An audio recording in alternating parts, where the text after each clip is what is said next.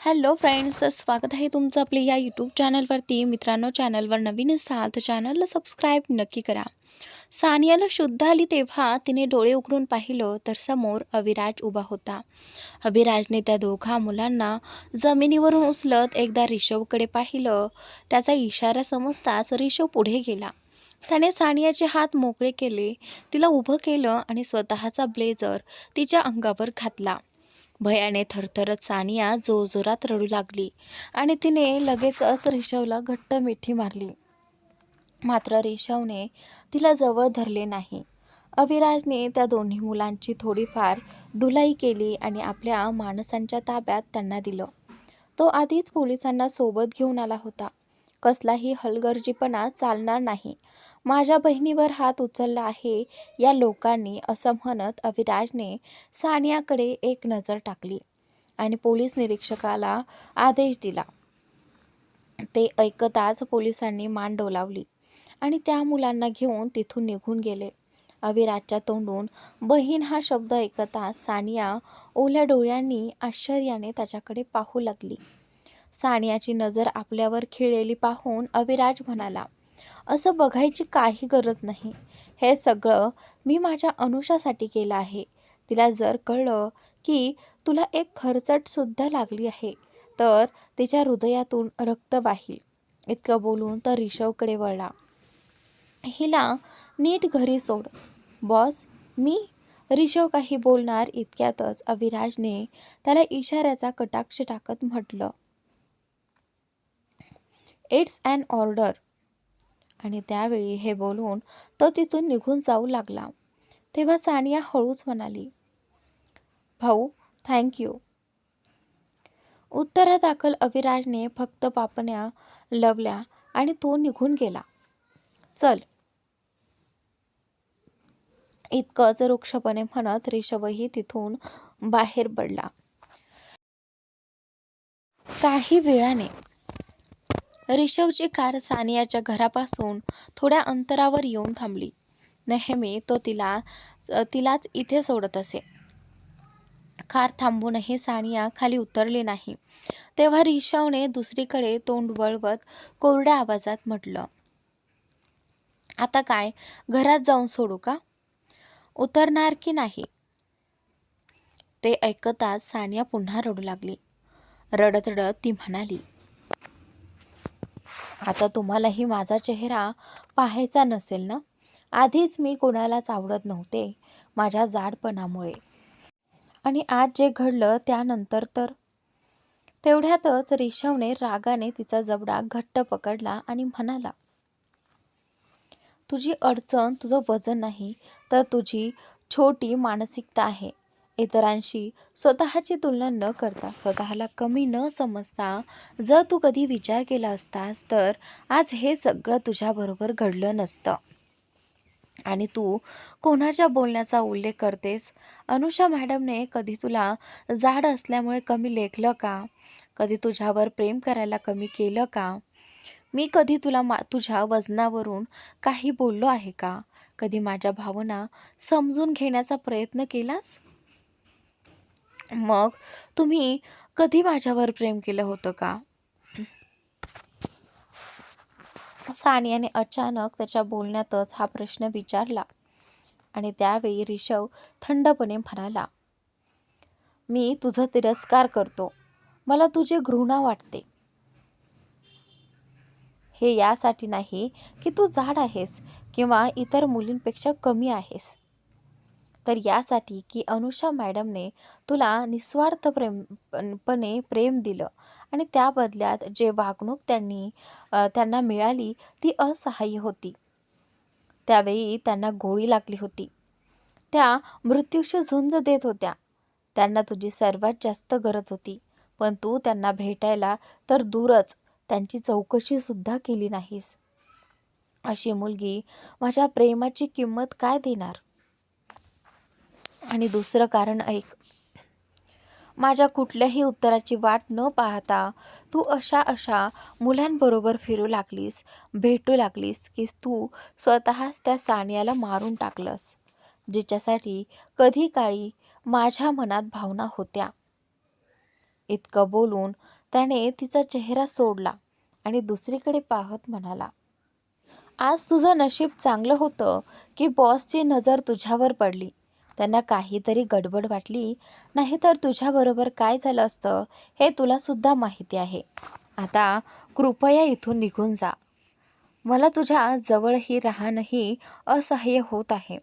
ऋषभचे शब्द सानियाच्या हृदयाला छिन्न भिन्न करत होते, पण ती काही बोलू शकत नव्हती, कारण तो जे बोलत होता ते खोटंही नव्हतं. डोळ्यातले अश्रू पुसत ते हळूच ऋषभचा ब्लेझर काढला, गाडीतून उतरली आणि शांतपणे घराकडे चालू लागली. तिला दूर जाताना पाहून ऋषभच्या डोळ्यातही अश्रू दाटून आले, जे तो इतका वेळ आवरून धरत होता. या सायंकाळची वेळ होती. अनुषाची कार एका पंचतारांकित हॉटेलसमोर येऊन थांबली. ती फोनमध्ये एक नंबर डायल करत कारमधून उतरली आणि रेस्टॉरंटकडे निघाली. तो फोन तिने अखिललाच केला होता, कारण अखिलनेच तिला डिनरसाठी मेसेज करून इथे बोलावण्यात आलं होतं. अनुषालाही हा विषय शक्य तितक्या लवकर संपवायचा होता, म्हणून तिनं अखिलचं म्हणणं मान्य करून येण्याचा निर्णय घेतला. अखिलने तिच्यासाठी काहीतरी प्लॅन केलेला असेल याचा तिने क्षणभरही विचार केला नव्हता. अखिलने फोनवर तिला थेट 27व्या मजल्यावर येण्यास सांगितलं होतं. अनुषा लिफ्टने 27व्या मजल्यावर गेली आणि लिफ्टमधून बाहेर पडताच अखिलने पाठवलेला एक माणूस तिथे तिची वाट पाहत उभा असल्याचं तिला दिसलं. अनुषा लिफ्टमधून बाहेर येताच तो माणूस तिला अखिलकडे घेऊन जाऊ लागला.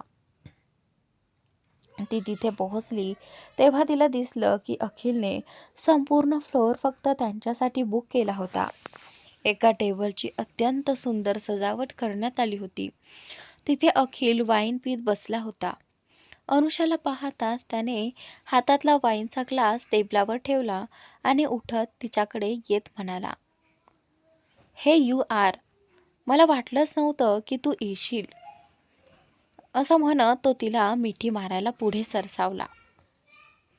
पण अखिल तिला मिठी मारणार तेवढ्यातच अनुषानं हात पुढे करून त्याला थांबवलं आणि ठामपणे म्हणाली, आपली चर्चा फक्त डिनरबद्दल झाली होती, इतर कुठल्याही गोष्टीबद्दल नाही.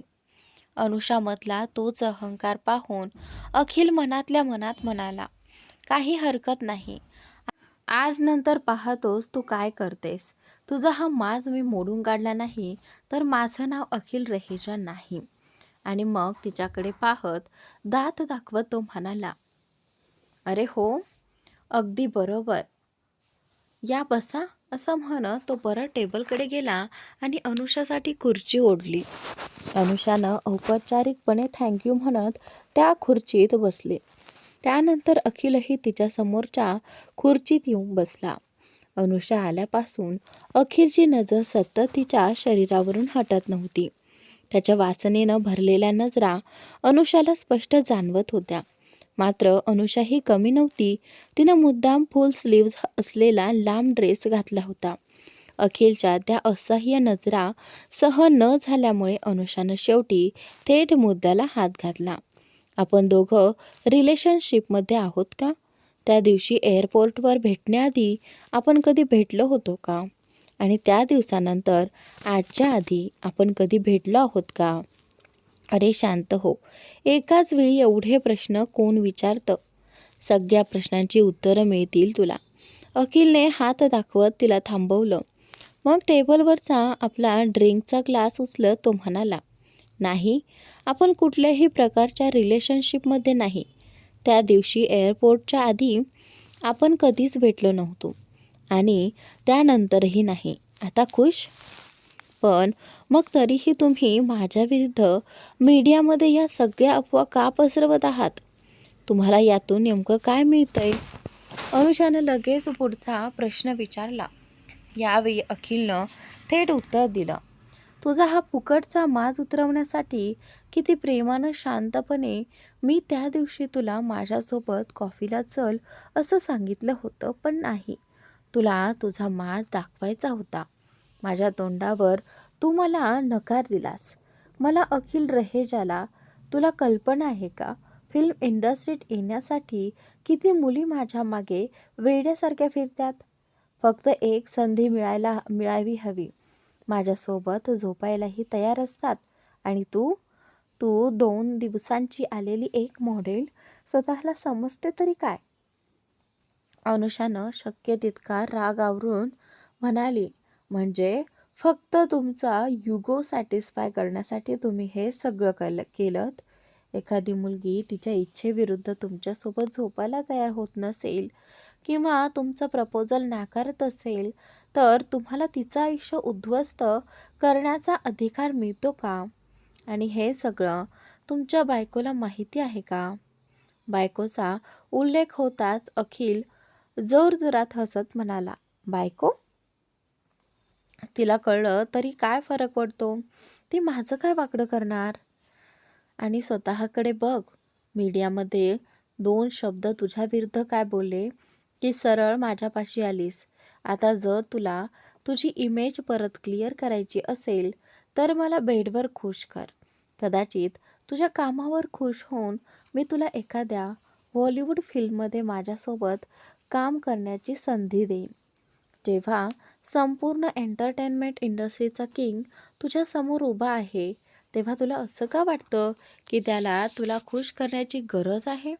अखिलचं हे वाक्य संपायच्या आधीच मागून एक रौद्र दरबारी आवाज संपूर्ण फ्लोअरवर घुमला. तो आवाज ऐकताच अखिलने एंट्रन्सकडे पाहिलं आणि त्याची अक्षरशः घाबरगुंडी उडाली. जणू त्यानं एखादं भूतच पाहिलं होतं. आणि त्यानंतर तिकडे अनुषा मात्र शांतपणे बसून आपल्या वाईनच्या ग्लासमधून एक घोट घेत होती. कारण तिला आधीच माहिती होतं की हा आवाज नेमका कुणाचा आहे. ए सर, आपण? अखिल हकलत उठून उभा राहिला. तेवढ्यात आणखी एक आवाज आला. आणि मीही.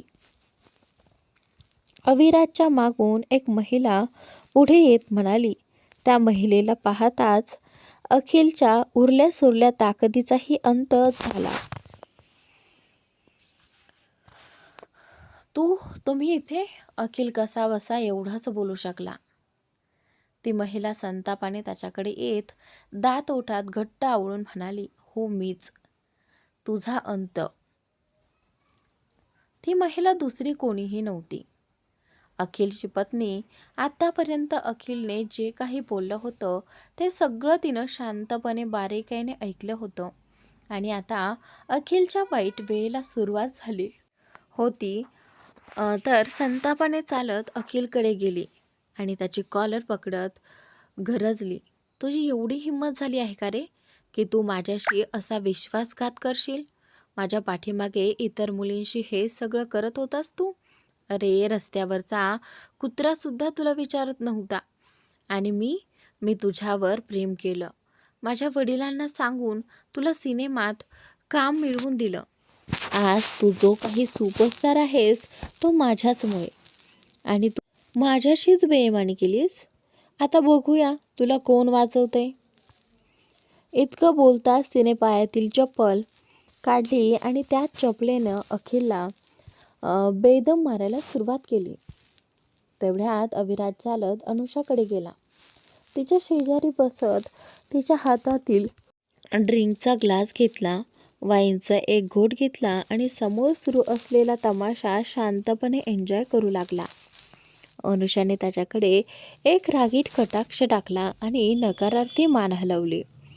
ते दोघंही अखिलची होणारी चप्पल बुटांची धुलाई पाहत होते. जणू त्यांच्यासमोर एखादा ब्लॉकबस्टर सिनेमा सुरू होता. थकली? तेव्हा अविराज उठला आणि अखिलकडे गेला.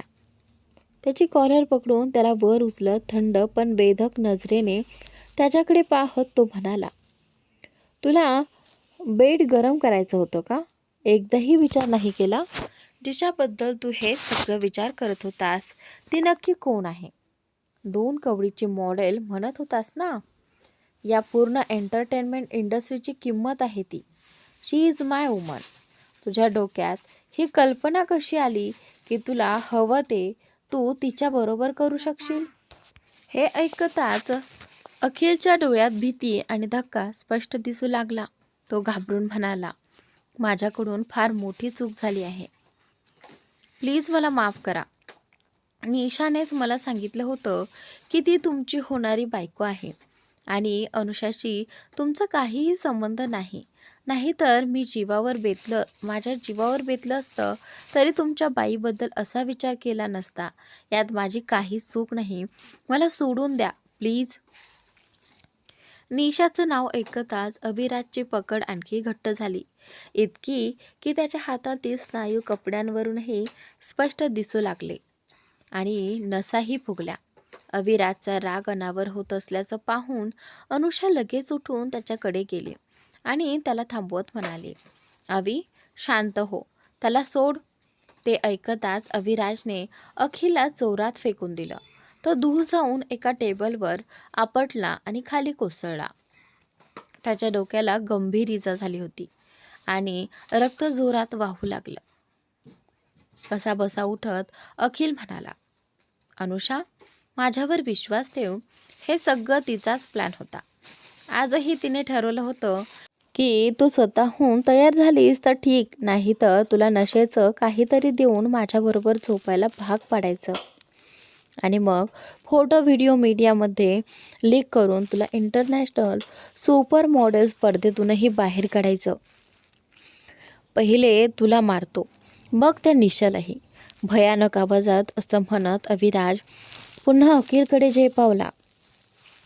तेव्हा अनुषा पुन्हा मध्ये आली आणि अभिराजला घट्ट मिठी मारून थांबवायचा प्रयत्न करू लागली. पण त्या क्षणी अभिराजच्या डोक्यात फक्त रक्त उसळत होतं. तो स्वतःला तिच्यापासून सोडवण्याचा प्रयत्न करत होता. शेवटी दुसरा पर्याय न दिसल्याने अनुषा म्हणाली, अभि, माझी शपथ आहे, आता थांबा. ते शब्द ऐकताच अभिराज तिथेच थांबला. डोळे घट्ट मिटून जोरात किंचाळला आणि मूठ आवळून टेबलवर आपटली. टेबल काचेचं होतं. जोरदार घाव लागताच ते तुकडे झालं. अभिराजच्या हातातून प्रचंड रक्त वाहू लागलं. ते पाहून अनुषा पहिल्यांदाच त्याच्यावर ओरडली, तुम्ही वेडे झाले आहात का? असं करायला कोणी सांगितलं होतं? तुम्हाला काही गंभीर झालं असतं ना, तर मी स्वतःला कधीच माफ केलं नसतं. ती पटकन बॅगमधून रुमाल काढून त्याच्या हाताला बांधू लागली. काही वेळानंतर अभिराज अखिलला ओढत ओढत हॉटेल बाहेर घेऊन आला. बाहेर मीडियाची प्रचंड गर्दी जमली होती, कारण अनुषाने अखिलसोबत झालेलं सगळं संभाषण रेकॉर्ड केलं होतं आणि ते थेट मीडियाला लाईव्ह पाठवलं होतं. अभिराजने अखिलला मीडियासमोर ढकलत थंड आवाजात म्हटलं, ज्या दिवशी तू मगरमच्छाचे अश्रू ढाळत तिच्या विरुद्ध खोटं बोललास, आज त्याच तोंडाने सगळ्यांसमोर पूर्ण सत्य सांग. त्याच वेळी अनुषा आणि अखिलची बायकोही बाहेर आली. अखिलच्या बायकोला पाहताच मीडिया तिच्यावर प्रश्नांचा भडीमार करू लागली. मीडिया अनुषाकडेही वळताच तिने ताबडतोब आपल्या वैयक्तिक बॉडीगार्डला बोलावून म्हटलं, धनुष, हे सगळं नीट सांभाळ. असं म्हणत ती लगेच अभिराजकडे गेली आणि त्याला सोबत घेऊन तिथून निघू लागली. आता अभिराज तिथे असताना अनुषा काही प्रश्न तरी कशी विचारणार होती? लोक फक्त त्यांचे फोटो आणि व्हिडिओ काढण्यातच गुंतले होते. अभिराजचे गार्ड्सही लगेचच तिथे पोहोचले आणि अनुषा व अभिराजची काळजी घेत त्यांना तिथून घेऊन गेले. पण गाडीत बसण्याआधी अभिराजने आपल्या गार्ड्सकडे अखिलच्या दिशेने पाहत एक सूचक इशारा केला आणि मग सगळे तिथून निघाले. अविशा पॅलेस. संपूर्ण प्रवासात अनुषाने अभिराजशी एक शब्दही बोलला नाही. घरात पोहोचताच डॉक्टर आधीच तिथे हजर होते. अनुषाने आधीच ऋषभला सांगून डॉक्टरांना घरी बोलावलं होतं. डॉक्टरांनी आधी जखमेची ड्रेसिंग केली आणि मग अभिराजला एक इंजेक्शन दिलं, जेणेकरून काचेचे छोटे तुकडे आत राहिले असतील तर इन्फेक्शन होऊ नये. डॉक्टर आपलं काम करत असताना अनुषा हात घट्ट बांधून तिथेच उभी होती आणि लुसिफर जो अनुषाला घरी आलेली पाहून धावत आईकडून प्रेम घ्यायला आला होता, तोही घाबरून सोफ्याच्या कडेला शांतपणे बसून राहिला होता. निघण्याआधी डॉक्टरांनी काही औषधं अनुषाच्या हातात देत सांगितलं, ही औषधं वेळेवर द्यायची आहेत. जखम थोडी खोल होती, त्यामुळे टाके घालावे लागले आहेत. काही दिवस हात ओला होऊ देऊ नका. टाक्यांना नीट सुकायला वेळ द्या.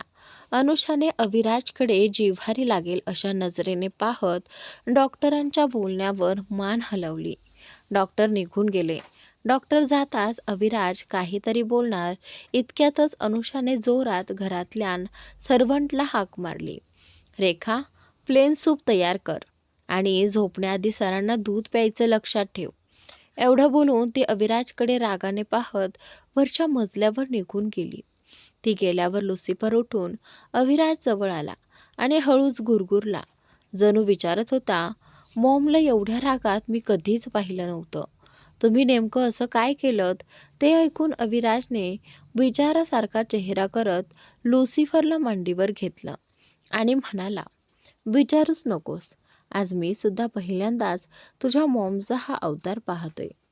आजवर ती दुसऱ्यांवर राग काढायची तेव्हा मजा वाटायची, पण आता कळतंय त्यांची अवस्था काय होत असावी. दुखापत मला झाली आहे, पण डोळे मात्र मला तिखट नजर दाखवतायत. ज्या अवस्थेत ती तिथून गेली आहे त्यावरून वाटतंय आज रात्री माझी झोप उडणार आहे. कदाचित मला माझ्याच रूममधून बाहेर काढेल किंवा स्वतःच्या रूममध्ये जाऊन झोपेल. अविराज एवढं बोलताच लुसिफर त्याच्या मांडीवरून उतरला. शेपूट हलवत जिन्याने वर जाताना हळूच गुरगुरला, जणू म्हणत होता, मला काय, मी तर माझ्या मॉमसोबत झोपायला चाललोय. तुम्ही तुमचं बघा. लुसिफरची अशी चिडवणारी अदा पाहून अविराज स्वतःशीच पुटपुटला, उद्या माझी स्वतःची मुलंही अशीच निघाली तर माझं काही खैर नाही. आधी जाऊन तिला म्हणावं लागेल, लग्नच नसलं तर मुलं कुठून येणार. असं म्हणत तोही वरच्या मजल्याकडे निघाला. अविराजने हळूच रूमचं दार उघडलं आणि डोकं आत घालून आधी नजर फिरवली. अनुषा रूममध्ये नाही याची खात्री झाल्यावरच तो आत आला. तो वॉशरूममध्येही पाहून आला, पण अनुषा तिथेही नव्हती. ते पाहून तो स्वतःशीच कुरकुरला, नक्कीच ती तिच्याच रूममध्ये असेल. आता कुठल्या बहाण्याने जाऊ तिकडे? कुणी सांगितलं होतं मला घरात तिची आणि माझी वेगळी वेगळी रूम बनवायला? अनुषाची रूम. अनुषा शॉवर घेऊन टॉवेलने केस पुसत आपल्या रूममध्ये येत होती.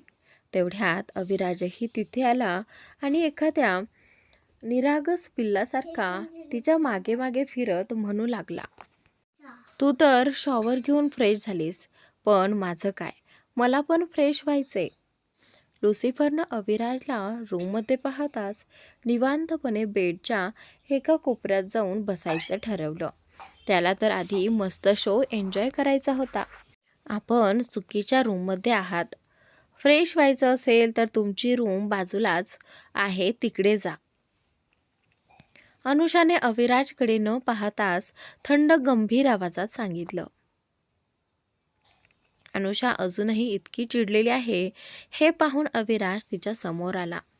तिच्या समोर हात पुढे करत अगदी निरागस चेहरा करत तो म्हणाला, एका हाताने कसं करू मी?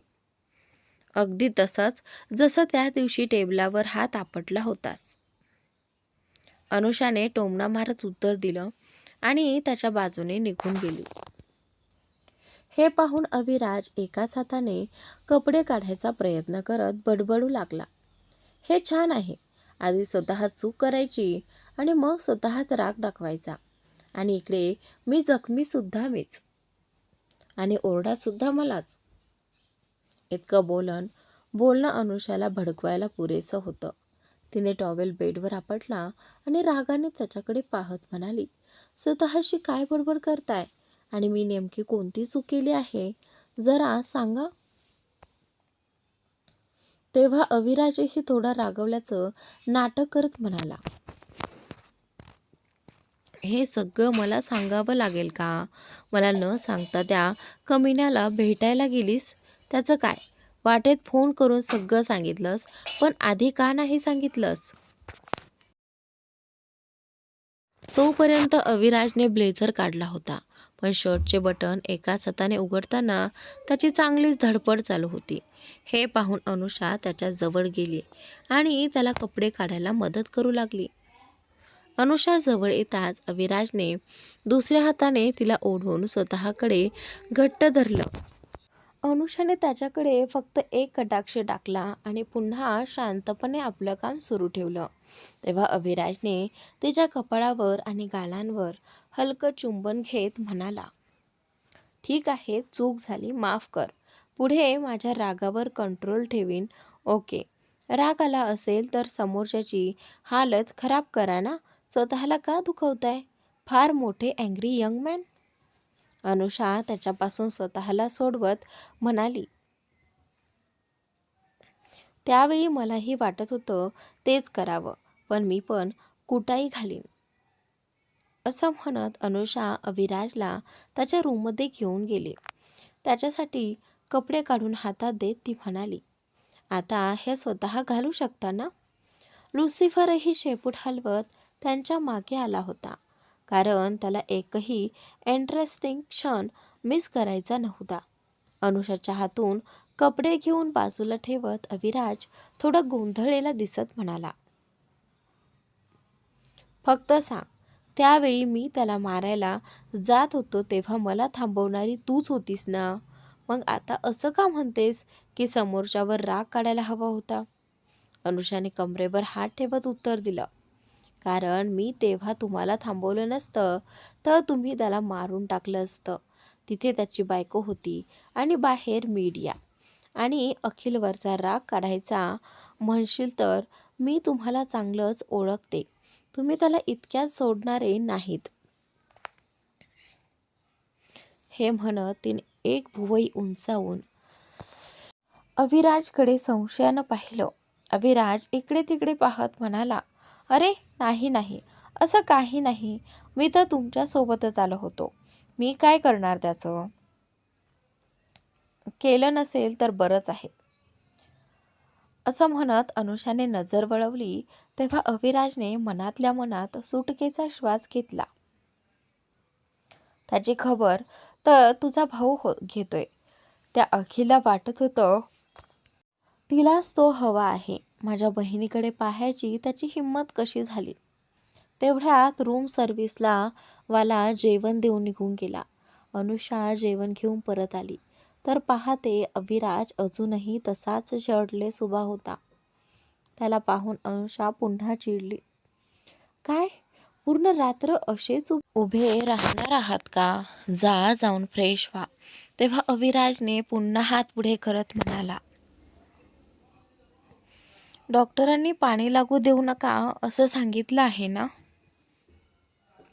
मग? अनुषाने भुवया उंचावत विचारलं. मग तूच मदत कर. अविराजने पुन्हा तोच निरागस चेहरा करत उत्तर दिलं. आता अनुषा काय करणार? नाईलाजाने तिला अविराज सोबत बाथरूममध्ये जावंच लागलं. आणि बेचारा लुसिफर मात्र रूममध्येच राहिला. त्याच्या चेहऱ्यावरून स्पष्ट दिसत होतं त्याला अजून पुढची लढाई पाहायची होती, पण ती मजा त्याच्या नशिबात नव्हती. वॉशरूमच्या दारात उभी असलेली अनुषा अविराजकडे पाहत म्हणाली, अवी, नीट उभे राहा. हाताला जखम आहे, घाई करू नका.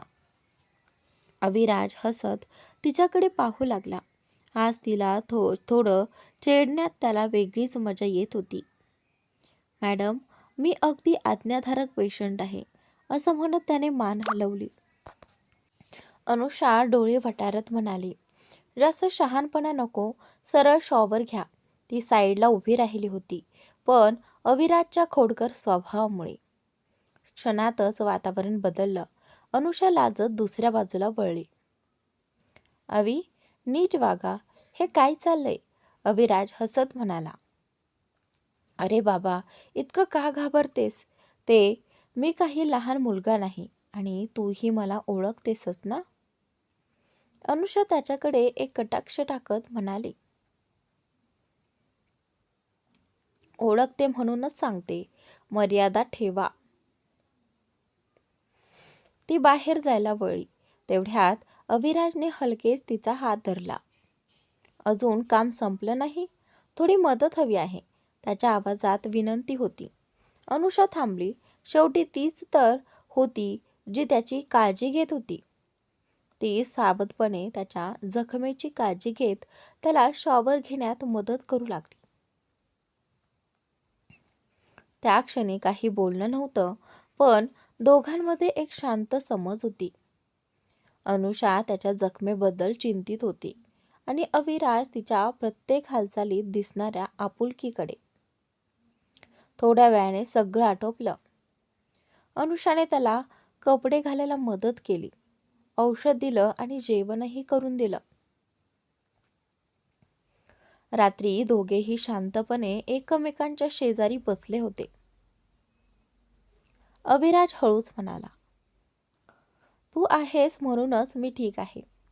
अनुषाने काही न बोलता त्याला हलकसं मिठी मारली. त्या मिठीत सगळं होतं, काळजी, प्रेम आणि विश्वास, सगळं काही. पुढचा दिवस. एस.टी. Xavier college. आज अनुषाला रंशने कॉलेजमध्ये सोडलं होतं. कारमधून उतरताना रंश म्हणाला, सिली, तू जा, मी गाडी पार्क करून येतो. अनुषाने मान हलवली आणि कॉलेजकडे चालू लागली. कॅम्पसमधून जात असताना तिला काही ओळखीचे आवाज ऐकू आले. मेघा आणि तिच्या मैत्रिणी गप्पा मारत होत्या. काही लोकांचं आयुष्य किती परफेक्ट असतं, मेघा म्हणत होती. कधी मोठा मॉडेल ड्रायव्हर बॉडीगार्ड बनून फिरतो, कधी मोठा स्टार स्वतः येऊन क्लेम करतो आणि कधी इतका मोठा बिझनेसमन म्हणतो, ती माझी आहे. खरंच काही लोक नशीबवान असतात. अनुषा थांबली. ती शांतपणे त्यांच्या समोर गेली आणि थेट मेघाकडे पाहत म्हणाली, नशीब फक्त दिसायला छान नसतं मेघा, त्यामागे जबाबदारी, विश्वास आणि संघर्षही असतो. मेघा गप्प झाली. अनुषा पुढे म्हणाली, आणि हो, दुसऱ्यांच्या आयुष्यावर बोलण्यापेक्षा आपल्या आयुष्यावर काम करणं जास्त योग्य असतं. इतकं बोलून ती तिथून निघून गेली. दुरून रंश तिला पाहत होता.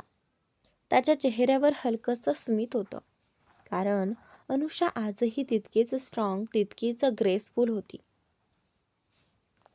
बंदी घालत असल्यासारखा गळा फाडून तो सगळीकडे फिरत असतो. क्लासमध्ये जात असशील तर तिथेच किती जण आहे देव जाणे. आता कॉलेजमध्येही कोणी ना कोणी सोडून जातच असतो. कुणाची तरी आधीच लग्न ठरलेलं असतं. मग सांग, तू इतरांवर जळायला का लागलीस मेघा? अनुषा स्वतःला टोमणा मारत असल्याचं पाहून मेघाचा संताप उफाळून आला. तिने बोट दाखवत उत्तर दिलं, मी आणि तुझ्यावर जळेन? तुझ्यात असं काहीतरी काय? जळतेस ना तू माझ्यावर, तुझ्या त्या तथाकथित प्रेमावर, तुझा साहिल जो मी तुझ्याकडून हिसकावून घेतला. हे ऐकताच अनुषा हसत म्हणाली, किती मोठ्या गैरसमजात जगतेस तू मेघा. एक गोष्ट सांगते, तू माझं प्रेम नाही तर माझ्या आयुष्यातली सगळ्यात मोठी चूक माझ्यापासून दूर केलीस आणि त्यासाठी मी तुझी मनापासून आभारी आहे. तू जर त्याला नेलं नसतंस तर आजही मी त्याच्या मागे कुत्र्याच्या पिल्लासारखी फिरत असते. तो माझ्या आयुष्यातून गेला आणि बघ मी काय काय मिळवलंय. माझी सगळी स्वप्न पूर्ण करत आहे मी. फार लवकर मी इंटरनॅशनल सुपर मॉडेल होणार आहे. मेघाजवळ थोडी पुढे येत ती म्हणाली, आणि हो, लवकरच मी मिसेस अनुषा अविराज सिंग राठोर असणार आहे. हे ऐकताच मेघाचा राग अनावर झाला. ती काही बोलणारच होती, तेवढ्यात रंश तिथे आला. त्याने अनुषाच्या खांद्यावर हात ठेवत हसत म्हणाला, सिली, चल ना, क्लाससाठी उशीर होईल. अनुषाने मान हलवली आणि रनसोबत निघून गेली. मेघा मात्र तिथेच उभी राहिली, राग, असहाय्यता आणि अपमान गिळत. लंच ब्रेकमध्ये रंशने अनुषाला थेट कॅन्टीनमध्येच बोलावलं होतं. ती तिकडे जात असतानाच कुणीतरी अचानक तिचा हात पकडून तिला ओढत घेऊन गेलं. त्या व्यक्तीने तिला कॉलेजच्या टेरेसवर नेऊन सोडलं. अनुषा जोरात जमिनीवर पडली. तिने वळून पाहिलं आणि समोर साहिल उभा होता. साहिलला पाहताच तिचा संताप उसळला. ती उठून उभी राहिली आणि दात ओठात चावत म्हणाली, हे काय चाललंय? पुन्हा मला हात लावण्याची हिंमत कशी झाली तुझी? साहिलने रागाने तिचा गळा पकडला. तिला भिंतीवर दाबत म्हणाला, हिंमत तर तुझीच वाढली आहे हल्ली. सकाळी मेघाला काय सांगत होतीस की तिने तुझं प्रेम नाही तर आयुष्यातली सगळ्यात मोठी चूक तुझ्यापासून दूर केली. जेव्हा मी तुझ्या आयुष्यात होतो ना, तेव्हा तू किती चांगली मुलगी होतीस. आणि आता आता दर दुसऱ्या दिवशी एखाद्या नवीन पुरुषासोबत तुझ्या अफेयर्सच्या बातम्या फिरत असतात. कधी विचार केलायस स्वतःला किती खाली पातळीवर नेलेस? तो पुढे ओरडत म्हणाला, मला जाळायचंच होतं तर एका पुरुषासोबतच राहिली असतीस, पण नाही, तुला तर पुरुषांचे बिछाने गरम करायची होते. साहिल अनुषाला असं बोलला. हे ऐकताच अनुषाने जोरदार थप्पड साहिलच्या गालावर मारली. त्याची पकड सुटली आणि त्यानंतर तिने त्याचा कॉलर पकडत ठाम आवाजात म्हटलं, तू कोण आहेस मला काहीही बोलणारा? आणि माझी इतकी औकात आहे असं वाटतं तुला की तुला जाळण्यासाठी मी इतर पुरुषांसोबत झोपेन? पुन्हा कधी माझ्यासमोर दिसलास ना तर अशी अवस्था करीन की आरशात पाहून सुद्धा स्वतःला ओळखू शकणार नाहीस. ती निघून जाण्यासाठी वळली तेवढ्यात साहिलने मागून तिचे केस ओढले. आता तुझी अवस्था मीच बिघडवणार. तुझ्यामुळेच माझ्या आईवडिलांनी सुद्धा मला घराबाहेर काढलंय. कुठली जादू करतेस लोकांवर की ते तुझी स्तुती करत थकत नाहीत? खूप घमंड आहे ना तुला तुझ्या सौंदर्याचा. आज बघ मी काय करतो ते. इतकं बोलून त्याने तिला तिथेच दोरीने बांधायला सुरुवात केली. अनुषा ओरडत म्हणाली, माझ्या अंगावर एक जरी ओरखडा आला ना तर तुझ्यासोबत काय होईल याची तुला कल्पनाही नाही.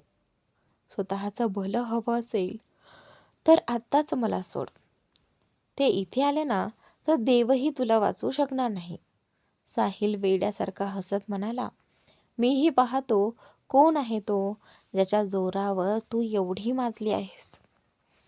अनुषाने थंड पण गर्विष्ठ आवाजात उत्तर दिलं, तो कोण आहे हे कळलं ना तर तू स्वतःच्याच निर्णयावर पश्चाताप करशील. दुबईच्या त्या अंडरवर्ल्ड डॉनबद्दल ऐकलं आहेस? त्याने मला हात लावायची हिंमत केली होती. माझ्या भावाने आणि त्याने मिळून त्याची काय अवस्था केली होती याची तुला कल्पनाही नाही. त्याला मारलं नाही, माझं पूर्ण बरं होईपर्यंत त्याला जिवंत ठेवलं, मृत्यूची भीक मागण्याच्या अवस्थेत. आणि शेवटी मी स्वतः त्याला गोळी मारली. हे ऐकताच साहिलने संतापाने अनुषाच्या गालावर जोरदार थप्पड मारली. तिच्या तोंडावर रक्त आलं आणि दुधासारख्या पांढऱ्या गालावर त्याच्या बोटांचे ठसे उमटले. तिचे केस पकडत तो म्हणाला, खूप घमंड चढला आहे ना तुला.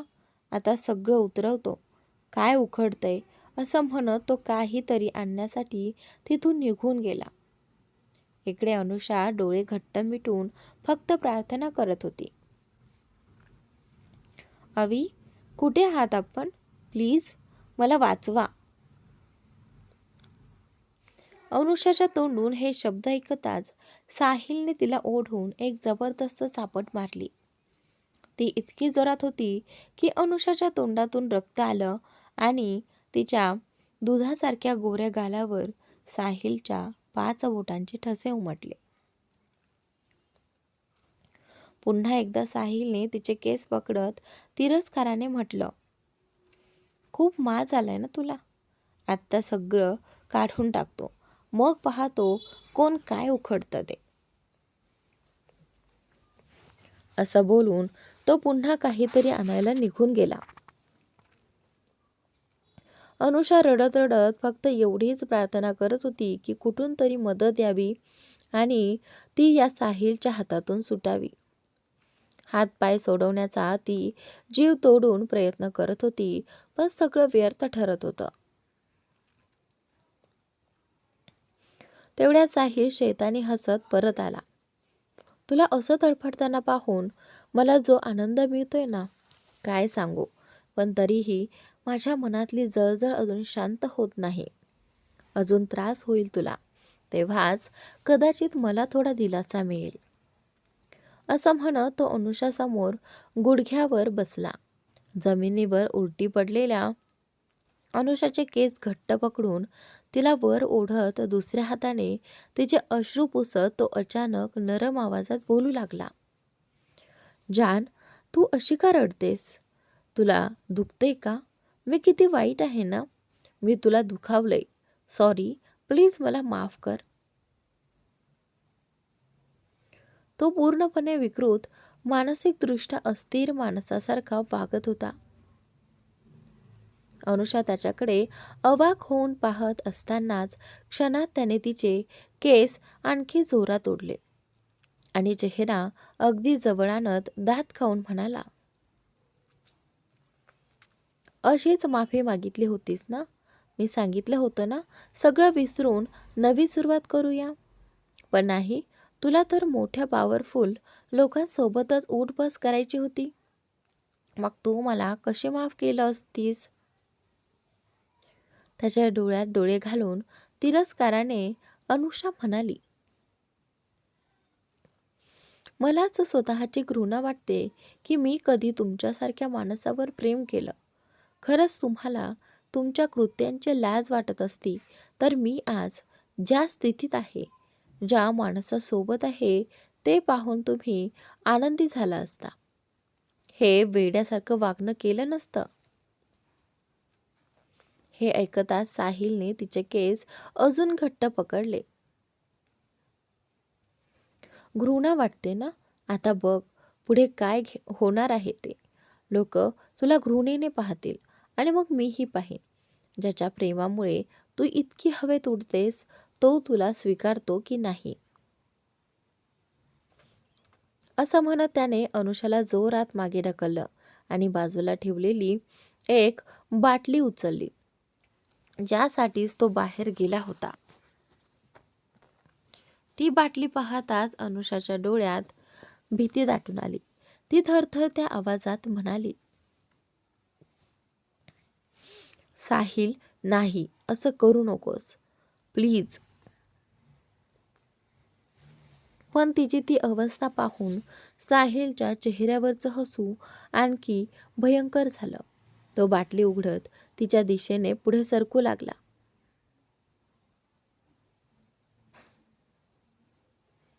त्या बाटलीत आम्ल ॲसिड होतं, जे तो अनुषाच्या चेहऱ्यावर आणि शरीरावर ओतणार होता. तो आम्ल ओतणारच होता, इतक्यात अनुषाने एक भेदरलेली किंकाळी फोडली आणि डोळे मोठे घट्ट मिटले. तिला वाटलं आज सगळं संपलं. तेवढ्यात काहीतरी खाली पडून फुटल्याचा आवाज झाला. पुढच्या क्षणी ती कुणाच्या तरी बाहुपाशात घट्ट पकडली होती. हा स्पर्श ओळखण्यासाठी अनुषाला डोळे उघडायची गरज नव्हती. ती फुटून फुटून रडू लागली. अवी, तुम्ही इतका उशीर का केलात? मला वाटलं मी तुम्हाला गमावलं. ती अविराजला घट्ट मिठी मारून त्याच्या छातीत चेहरा लपवत रडत राहिली. मी आलोय ना बाळा, आता रडू नकोस. अविराज तोच माणूस तिला शांत करत हळुवारपणे म्हणाला. तर मित्रांनो, आजचा भाग इथे संपतोय. पुढील भाग नक्की पहा आणि चॅनलला सबस्क्राईब नक्की करा.